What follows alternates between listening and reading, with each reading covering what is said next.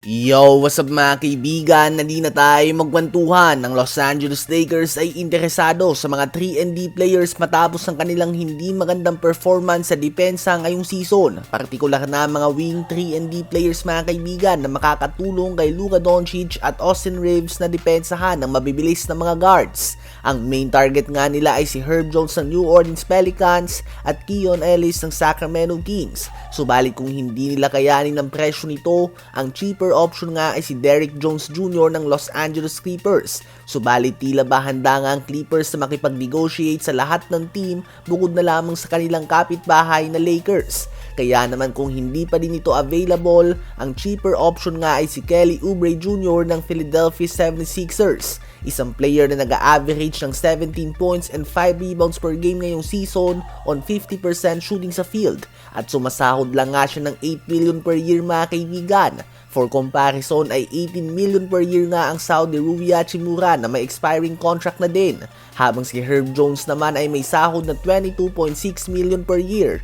So si Kelly Oubre nga ang mas tipid at efficient na option. Sa ngayon nga ang Sixers ay naghahanap ng spot-up shooter, kaya naman posibleng magkaroon din nga sila ng interes sa tulad ni Dalton Knecht o kaya naman ni Gabe Vincent.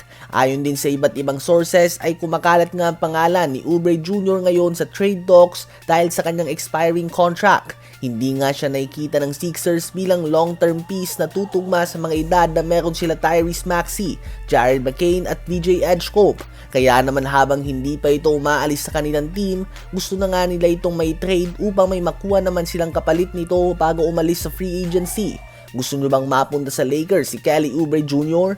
Habang sa tapatan naman ng Dallas Mavericks at ng New Orleans Pelicans ay mala throwback na performance ang pinakita ni Klay Thompson. First half pa lang nga ay mayroon na siyang 20 points at 5 3 points, habang si Anthony Davis naman ay binibigyan nga ng problema ang kanyang dating team. Agad siya nagtala ng 22 points and 10 rebounds. Simply unstoppable sa first half mga kaibigan. Ganun pa man sa fourth quarter ay nag-collapse nga ang Mavs at na-outscore sila ng Pelicans ng 40-26. Kaya naman kahit na gumawa ng 35 points and 17 rebounds si Anthony Davis, natanggap pa din nga ng Mavs ang talo sa score na 119-113.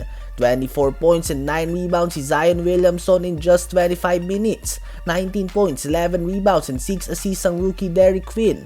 19.7 rebounds si Saddiq Bey, 14 points si Jordan Poole at 12 points, 5 rebounds and 4 assists si Jeremiah Fears. Ito nang ikalimang sunod na panalo ng Pelicans mga kaibigan simula nang nilagay nila sa bench si Zion Williamson at ginawa itong 6-man ng team, habang si Klay Thompson nga mga kaibigan ay napako na lamang sa 20 points sa buong game at hindi na ito nakagawa ng kahit isang punto sa second half.